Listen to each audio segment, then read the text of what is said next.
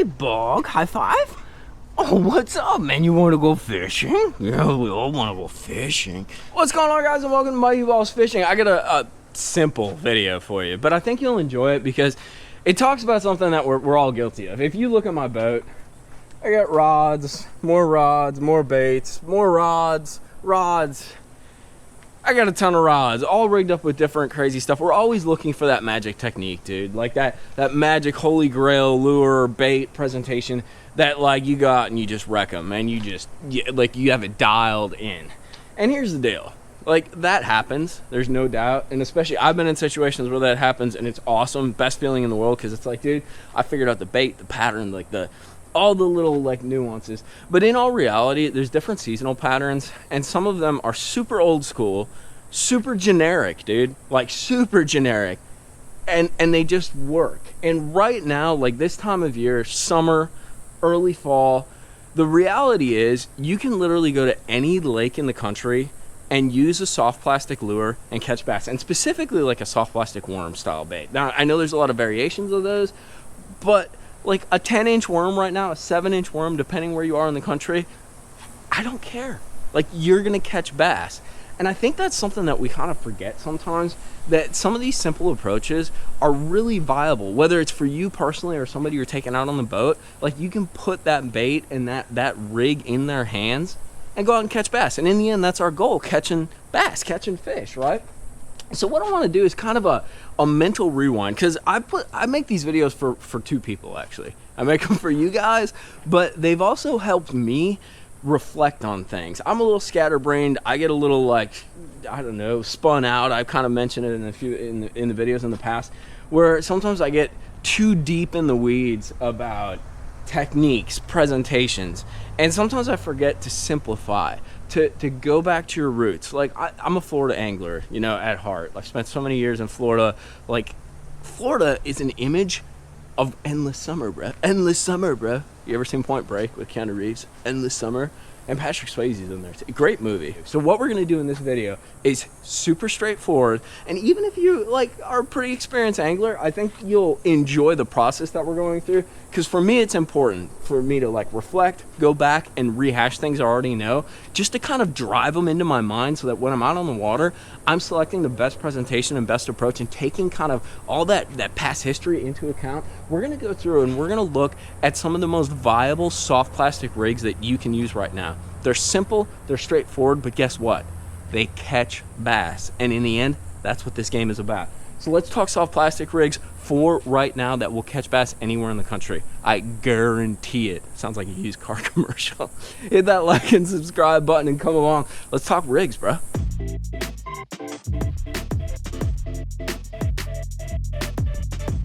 There's one worm and there's one rig that will literally catch them anywhere right now. And if you're an avid tournament fisherman anywhere, I almost guarantee you that you've been beaten by an old timer doing this. And that's not a negative thing at all for the old timer or for you. It's just, it's reality. Hashtag real fishing, bro. And that's a ribbon tail worm. This is a 10-inch gambler ribbon tail in plum. There's something with it. Sometimes guys will use 7-inch worms if they're up north or fishing a little bit smaller, like clearer body of water kind of thing. But dude, a 10-inch worm, Florida, Alabama, California, wherever, it doesn't really matter. A Texas rig 10-inch ribbon tail, there's something with it. During summer, during early fall, it's something with the way the tail is and the slenderness of the body. We always talk about water displacement. A 10-inch worm is a pretty skinny bait. It's a pretty like small presentation, and that undulating action, when you see that ribbon tail underwater, it's just kind of flowing. It's whoa, whoa, whoa. Me and my sounds lately. But it's just kind of flowing and undulating in the water. The fish kind of get in a weird mood this time of year. They get a little bit negative because the water temperature gets so hot. But literally, you can take this worm, and all you're gonna need, it's a really super simple presentation. Get yourself some 6-ounce bobber stoppers, these guys, and then a tungsten weight. Pretty simple. You can use anything from like an 1/8 ounce all the way up to 1/2, 3/4, depending how deep you're fishing. Just a little tungsten weight like that. Heck, you can even use lead if you want to, man, to save some money. I like the tungsten because it bounces off the bottom and makes a little more sound. And usually I'm going to fish this on not super heavy line, but like 12, 15 pound fluorocarbon. So I'm not super worried about it breaking off. And since it is a weedless rig, you're gonna take, let me see here if I got a hook. You're going to take an offset shank hook just like that. So it's gonna be a weedless presentation. And basically you're gonna Texas rig it. You know, super straightforward. Drag it on rock, drag it through brush, drag it through the grass. You can fish it in the grass, fish it in the grass holes.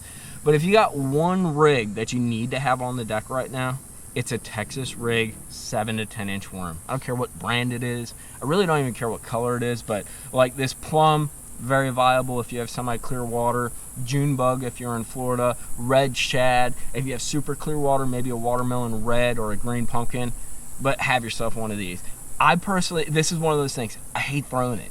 There's no, like, not hate, but I'm always wanting to try different things. Like for instance, so instead of a Texas rig worm, oftentimes I'll have a wobble head like this tied on. This has burner craw on it, but it's the same concept. You know, a weight that's kind of fixed in place with a Texas rig or an offset shank hook. I'll actually put a ribbon tail on that setup, but the reality is all you really need is that bullet style weight and this worm, and you can put it in anything. It's the most straightforward rig. Give it to anybody, they're gonna catch fish. So now we're done with the super simple stuff. Let's get a little more technical. So this is a fun one that I like because I'm a little wacky. That's terrible. I did that in another video. It was still terrible in the video that I did and still terrible here. This is a Neko rig. A Neko rig is composed of, I actually use a straight shank hook, just like that. A lot of guys will use more of like a round bend hook, like what the drop shot guys use and stuff like that. And then you take basically a little peg weight like this. This is Damiki Neko Rig weight, or you can take a nail or something like that, and you basically insert it inside that worm, creating a very straight presentation. You can use an ace, a stick bait. This is a mag trick worm, and it's a wacky rig worm. You throw it out, it goes to the bottom, the weight sticks on the bottom, and you just wacky rig it along the bottom. It's good for more of an open water approach. It's just kind of a creative way to rig a worm. I've actually never tried it with a ribbon tail, which is something I probably should try, but it's great for shell bars, hard bottom, like gravel bars. It's something I've always wanted to try up north on smallmouth and that. Like it's something where you're getting that wacky rig presentation, but it's more of a Texas rig or a weighted rig that you can put on the bottom. It's great for summer because you're fishing a lot of like semi-deep stuff, you know, anywhere from 10 to 25 to maybe 30 feet, depending on where you're at. It's a great structure fishing presentation. It's somewhat finesse and somewhat subtle, but it's something that they don't see that often. And if you're able to get away with throwing an open hook style rig like this, you don't miss fish, first of all, and it somehow triggers, it just triggers more bites because it is that different presentation. It also gets a little resistance too because it is a wacky rig, you know, going so it slows down your presentation. One thing that I found in my fishing is I don't like to slow down. I was actually out with my buddy Gage, who's a high school fisherman, out on Lake Tahoe the other day, and we were screwing around, and I noticed that I was fishing really, really fast, which in most situations isn't that bad because you're trying to cover water. But sometimes I've thought about kind of implementing ways that I can change my bait presentation to actually slow down my fishing, because I'm not going to consciously always be doing that. And one way that I do that is with a wacky rig. I'll actually run like a wacky rig jig, or I'll put like maybe a bait trailer on a jig that has a little more drag on it. This Neko rig is an example of that though. You can't go and like rip this thing or drag it super fast because it has a lot of drag because it is wacky rigged. So you're gonna get that drag on the bottom and it's not gonna feel right when you're presenting it too fast. So it's just a little way you can kind of tweak the presentation of your soft plastic, but at the same time you're actually slowing yourself down sort of subconsciously as well, and it gets some big bites. I hate this. I hate this with a passion.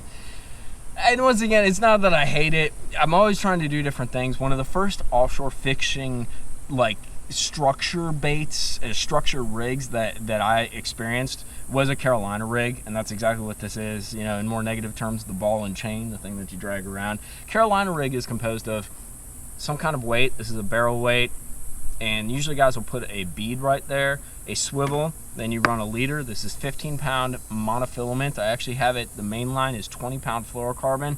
You run it to an offset shank hook, and I got a big Gambler 13-inch ribbon tail. You know, ribbon tails, they totally work. I'm trying to get a little bigger presentation, big undulating tail on there. But the ball and chain is awesome because one, it keeps the bait off the bottom, just a hair, especially if you're fishing in Florida or on lakes that have either a little bit of grass or a little bit of soft bottom. You want that bait a little off the bottom in comparison to a Texas rig, which is going to be directly on the bottom. It tends to stir up some sediment in that, which sometimes is good, but on softer bottoms, it seems like the bait gets lost in that sediment when it gets churned up in that, or you end up dragging in a bunch of goo. On Okeechobee, you know, with all the spraying that they've done, there's a lot of muck bottom on there. So if you go and you actually drag a Texas rig instead of pitching and flipping it, you end up dragging in all this old dying vegetation and mud. It's disgusting. But in this case, you almost have like a bulldozer in front of it. You have that barrel weight, and that's going to get some goo and some grass and gunk on it, but your actual presentation, your actual worm, is going to run over that, and it's also weightless, so it's not going to get hung up in that kind of stuff. The other cool thing about a Carolina rig is you can literally put anything on it. I got that big ribbon tail, but like I could put that burner craw on it. You can take a creature bait. You can take a beaver style bait. You can put any soft plastic you like on it, and it'll work. Plus, the cool thing too is some guy, or I guess I should say, most guys are going to use either a ribbon tail or a lizard. That's like the classic old school stuff. So this gives you a little bit of a range to play with some of your soft plastics that you're using. So you can take a flipping bait like a beaver. You can take a stick bait, a tube. I actually used a tube up on the TVA a whole bunch, and it worked. Like, I was really surprised. It was something different. But like, you have a whole range of plastics that's available to you to put on there. Anything you got laying in your boat, you can literally, as long as you can Texas rig it, you can literally put it on a Carolina rig, and it catches fish. And what's nice is you can fish a Carolina rig a little bit faster than you fish a Texas rig. You can make super long casts because your weight is usually heavier. This is a 1 ounce weight. It's what I'll use for anywhere from like 13 down to like 25 feet of water, especially if there's current. But you can use a super heavy weight, make super long casts. I run it on a 7.6 medium heavy rod, so I can slang that thing miles, dude. Can make super long casts, and you can cover water. You can, you know, drag it in kind of slow. You can slow reel it in. If that's something you haven't tried, you need to. Like, literally fish it like you'd fish like a wrecking ball, like a wobblehead, and you just slow reel it in. The bait rides a little bit off the bottom, and you're covering water as well. It's a good way to cover water. Like I said, I kind of hate throwing it, but the only reason I hate throwing it is because that's what everyone threw out on the deeper water lakes in Florida when I first started fishing. So I wanted to be different. I wanted to try different things. So I was always trying to think of like different creative ways to present the lures. But in the end, you can't argue with something that just flat out works. The one I'm not going to dwell on too much because I dwell on it a lot is the old Nedster. That's the new Power Ned 3/8 ounce. I got a 7 or half of a 7-inch fat ace on there. You guys know about the Ned, so I'm not going to dwell a whole bunch on that. But once again, it's kind of the same concept as like that Carolina rig. Like, take anything that you want that's halfway streamlined and maybe like sickle tipped or something like that. It can even have some little flapping appendages, but you can put it on that Ned rig. The one I am going to dwell on, because I haven't talked about it a lot lately, and it's something that's really pertinent right now. A lot of guys up north, if you guys watch like the FLW events and that, or not even the FLW event, but basically the tournament circuit events, they're catching fish on drop shot. I think MLF like whacked them on a drop shot, and a drop shot like is one of the easiest things in the world to fish, and really there's no wrong way to fish it, and it allows you to fish a million different baits. And especially if you have like clear water, or you want to keep the fish, like the bait, off the bottom because the fish are a little bit suspended, or just anything really, like, it's, for some reason it works. And one of the things I think that's key to it is there's no weight on the actual lure. The lure ends up, or the soft plastic ends up getting a very natural presentation. And when you're actually like very fishing it slow, nice words, Mike, when you're fishing it very slow, you can actually just like let the bait sort of waggle. Gosh, my words get better and better. You can let the bait have a very natural presentation when you're fishing it slow, because the weight is actually on the bottom of the rig, and you have a leader where that bait can be lifted up, and you're not even lifting the weight. You're just using the weight to keep it fixed near the bottom, and you have some leeway to kind of play around with it. But I put a lot of different baits and soft plastics on my drop shot, so we're going to go through some of those and how to rig them, and maybe some ways that you actually haven't rigged up a drop shot before. So before I get out of all those baits, I'm just going to show you guys the rig, especially for guys that are just kind of getting into fishing and they don't have a bunch of experience, to try to kind of keep this open-ended. So a drop shot is, I use a RoboWorm rebarb hook. I obviously need to change my worm right there. This is 8-pound fluorocarbon to 15-pound braid on a spinning rod at 7.3 medium. And basically what you have is your hook, that RoboWorm rebarb, you have a leader right here down to your weight. Little quick note, I use these West Coast drop shot weights. They're lead weights from Tackle Warehouse. I'll put links to all this stuff too at Tackle Warehouse if you guys want to go check it out or learn more. These things are awesome.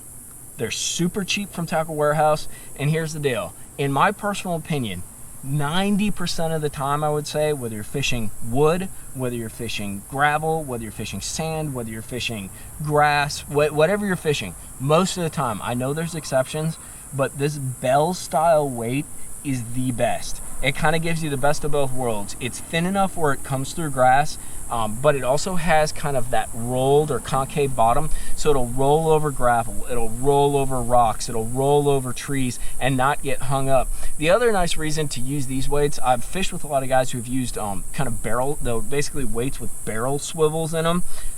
This has a line clinch, so basically if I pull it down, the line comes straight out. There's a little pinch point in that holder, so when you actually put it on, you just slide the line through, use your teeth and pull up, and that's on there. But what's really nice is if you hang this thing on a tree or on a rock, it does not always work out this way, don't get me wrong. Like sometimes you'll hang it and you'll break your entire leader off, but in theory what actually happens is this weight just breaks right off. See how I pulled it right off and it came right off? That's the trick. And then instead of retying, because part of the deal with some of these rigs is the annoyance to like retie the whole damn thing. Like it takes forever, and especially we're on a windy day. I don't know about you, but I have the worst experience trying to re-rig rods when I'm out and it's blowing 100 miles an hour. Everything goes wrong. Your knots don't tie right. The line gets blown all over the place. It's just a mess, dude. So the more you can simplify things, especially with more complex rigs like this, the better off you are. So we got all my fun stuff in here. Way too much stuff that needs to be cleaned out, but and this is kind of why I'm doing this too. Part of the reason I keep my stuff like this is so that I can remove boxes and not actually be missing anything, because I have things like categorized by genre of lures. And as I talked about, in summer, really, like it's a soft plastic time of year, so I'm gonna have certain soft plastics that just work, and you can simplify and kind of take some of the weight out of the boat, especially if you're a tournament angler trying to get a little more speed to get to your spot first before everybody. It just being organized, like it's annoying, but it's really paying it forward in dividends. It keeps your brain more organized. It simplifies things. I'm always trying to simplify, even though I don't totally do it. I attempt to, because it helps me be more efficient on the water and not, dude, I'm the king of spinning out. Like always be your own worst critic, and I'm like the worst about that. I am the spinner outer of spinner outers, and going through this process with you guys, as well as going through this process by trying to stay organized, really helps me to kind of stay on point. But this is my finesse box, or my finesse plastics box. So the first bait that I'm going to show you, literally, if you're drop shotting for the first time, or if you just want one simple drop shot thing, this is literally all you need. RoboWorm. It's a super supple, it's not hand poured, but they're basically hand poured. You can see how it just wags. A 6-inch will get you covered in 90% of your situations. That's what this is. There's a lot of like laminate or multi-core shot colors. Just try to match your watercolor or match the bait. For instance, like this is green with a little bit of like shaddy kind of looking like smoke gray in it. So fishing Gunnersville, fishing Smith Lake or something like that, like the water's green and there's shad or like foraging that's kind of silver. So that's kind of how I stick with it. But if you got one drop shot lure to choose, all you need is the RoboWorm. I'd recommend buying multiple bags though, because as usual with baits, the best feature of the bait is also its downfall. The RoboWorms are super soft. They're like the Kytex of drop shot weights, or of drop shot baits. So they tear up. You're gonna catch one fish, maybe two fish, or get like one bite, and the joker's tore up. Especially when you're using that small RoboWorm hook on there, that rebarb hook. The other guy I like is this guy. This is a Damiki Stinger. You guys probably remember seeing this on a Ned all the time. Well, this is I think it's the 4-inch. So you guys know how much I like wacky rigging this on the back of the jig. I do the same thing on a drop shot. One of the most untold awesomenesses on a drop shot, that's not even a word, don't look it up, is wacky rigging. If you can get away with it, and you'd be surprised where you can get away with it, if you have a little bit of grass on the bottom, you can wacky rig. I wouldn't do it around brush, but if you got rock, if you got like hard bottom or something like that, wacky rig your drop shot. You will be amazed at the results. They do not see it a whole bunch, and dude, that presentation, there's something with wacky rigs, especially if you're in clear water, where they chew it. Smallmouth, wacky rig. And I actually caught my second, I think it was my second PB, I think it was like 5.3 or 5.4 on Wilson, wacky rigging a Damiki Stinger just like that on a drop shot. That was in like late spring. That was an epic day. If you guys haven't seen that video, go back. I went out to Wilson for like the first time, and it was blowing 100 miles an hour, and I ended up fishing this little creek, and I found this little ledge, dude, where I wrecked them. Like wrecked. It was so much fun. I wish I would have stayed longer, but I had to go home and go to dinner. But what else do we got?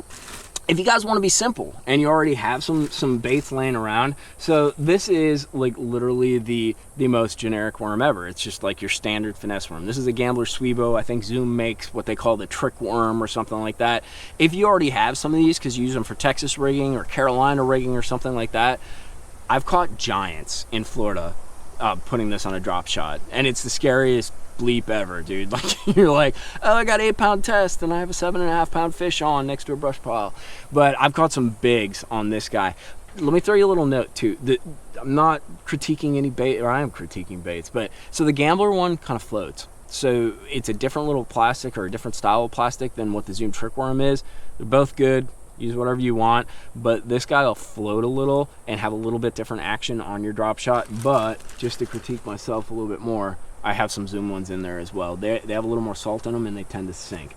But that's, if you got them laying around, because most of us already have those, it's the most generic worm ever. You can go get them at Walmart. That's a good one. What else do we got in here? Oh, yeah, these guys I need to talk about. This is the unsung hero, and here's what you're gonna say: that's a ZMan bait. Yeah, no, it's one thing that always pisses me off. Like, ZMan didn't make this, Gambler made this, but whatever, it doesn't matter. This is a Shaky Shad.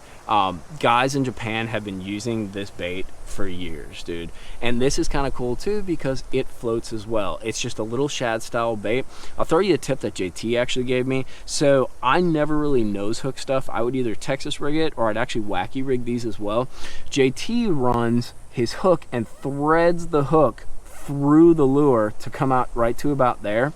He gets really good action from the bait. The bait doesn't slip. He doesn't lose as many baits, and he doesn't miss as many fish. It was a really cool rig thing that he taught me. I think that was like last year, but definitely something we want to try. But the Shaky Shad, if you have small minnow forage, if you have small like goby kind of stuff, like this guy, this is one of my favorite colors. I think it's the ghost shad or something like that, but it's got that blue iridescent.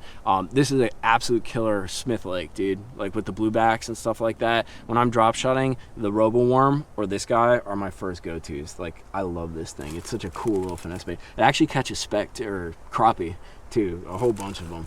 Oh, total random thing too, you can put this thing on an underspin. Yeah, epic, dude, especially if you got super clear water. What else do we got in here? I think the other one that I want to show you guys is right down here. Here's my other stash. So I got two different ones, but this will be kind of an example. That's a Yum stick bait. This is the 4-inch, and then I also have the Gambler Ace, which is a 5-inch. And I know you're saying right away, those are pretty big for drop shot baits. Well, I don't really Texas rig these on a drop shot. You definitely can, but I wacky rig them, especially when I'm in Florida fishing around like deeper shell and stuff like that. I wacky rig these jokers, and it's literally like the presentations that you'd make when you're like skipping a wacky rig to a dock on Gunnersville or something like that. You're simply structure fishing and just getting that wacky bait down a little bit deeper and making that same slow, methodical presentation. And it kills it, dude. They absolutely chomp a wacky rigged ace. Don't think it's too big. Trust me, like it works. Like a 5-inch stick bait of any kind, yeah, killer on a drop shot. So last thing I want to talk about with the drop shot, and I think you know where this is going already. This is another Shaky Shad, but it's in this absurdly horrible, awesome pink. I think this is called Pinky. So this is something that I didn't understand when I first went to Lanier for the first time with Tim from Hammond's Fishing. If you guys fish around Lanier, know Hammond's Fishing Center, epic bait shop, dude. But one of the big keys with spotted bass that was like a big kind of trend, I think maybe like 5-6 years ago, is fishing pink baits. For some reason, I don't know if it's the way the bass's eye work or what, but they love pink baits. Well, one thing that I've learned as I've been in Alabama is pink is not just the spotted bass color. Pink will work on largemouth, pink will work on smallmouth, and it will work on spots. There's something about it when you get some fairly clear water, and I don't care if it's a pink worm, a pink robo worm, and I forget what, it's not like Aaron's Magic, but oh, Morning Dawn I think it's called. But pink in that worm can be absolutely killer. If you have super clear water, do not fear the pink. It's just like that same concept of chartreuse with smallmouth bass.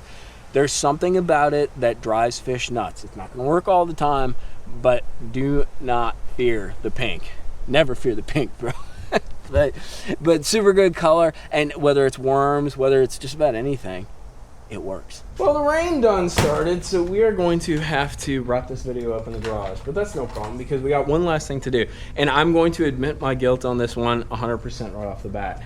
I do not use this enough, and it definitely has a place. And part of the deal with this is, in the end, we're all talking about like soft plastics, and for the most part, like worm style baits, you know, pretty simple, straightforward lures. And part of the thing for me, we've talked about head games before, I need to stay interested and stay like excited about what I'm throwing and interested in learning how to throw it. And part of the way to do that is by using different rigs. So dude, soft plastic worms, they work all summer. They work into early fall. Like all you need is a 10-inch ribbon tail. How do you keep that presentation interesting for you and wanting to throw it, wanting to go out and experiment with it? And part of the way, like I said, is rigs. And we did a video about this guy probably last year or 2 years ago. This is the Tokyo rig, and I'm always worried about cultural appropriation when I say that, especially in the environment that we're in right now, but I'll let you judge that. But it's an offset shank hook. I think this one's like a 3/0 or a 4/0, and it incorporates, instead of like a drop shot where you have a line leader, such as a fluorocarbon line, this has a little metal drop down leader that's on a swivel, and this is the VMC version, and then you put your own weight on it. This I think is a 1/4 ounce tungsten weight, and you bend it just like you would like a wire bend on a spinnerbait or something like that, and you wire bend it to keep that deal on there just like that. Your line tie is, let's see if I can show you guys, that little swivel right there.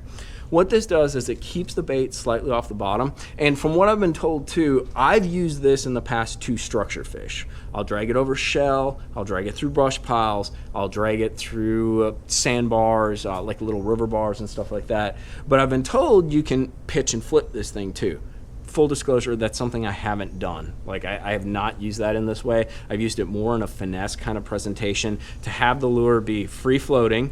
That's another actual key to this thing, is your bait is very loose and free floating. Just like the concept behind a wobble head, it's allowed to get that full kind of range of action and movement, which makes it a little more natural looking.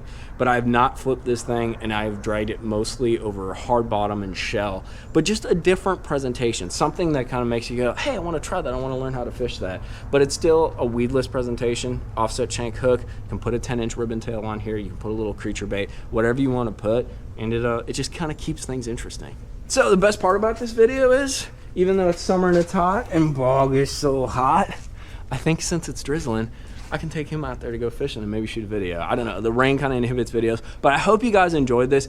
I know I didn't cover, I mean, I can show you, I didn't cover all the different plastic presentation. I mean, there's a million, there's shaky heads, there's wacky jig, I mean, there's all kinds of stuff. I just tried to cover some stuff to kind of keep it interesting for you. Right now, a soft plastic worm or worm style bait is going to work no matter where you are. But part of the reason is making it work in your head and having different rigs and presentations to keep that interesting, to keep you wanting to throw it and present it in different ways that maybe, you know, the next guy isn't doing on that dock or that shell bar or that grass bed. And that's the game we play, dude. That's fishing like to a T, really. So if you guys got any questions about those, or if you feel like there's something that's kind of fun, something different, definitely drop it down in the comments box. As I mentioned before, I always love your feedback. I find it interesting, and I've learned a ton by the conversations that we have via YouTube, via Facebook, via Instagram, whatever. Like, I'm all about fishing. I love it. It makes me happy. The happiest time of my day, of my week, of my probably my entire life will happen out there on the water. And that's why I love talking with you guys and kind of expanding my knowledge about that, and hopefully kind of offering my knowledge to you guys, and maybe you guys hooking a few extra bass as well. But thank you guys for watching. Make sure to drop a like on the video if you enjoyed it. If you hate me and don't enjoy these videos, drop a dislike, and please don't watch them. Like, you're just hurting yourself, bro. But thank you guys for watching. We'll see you back out on the water, or maybe talking some more techniques and tackle. Tight lines till then.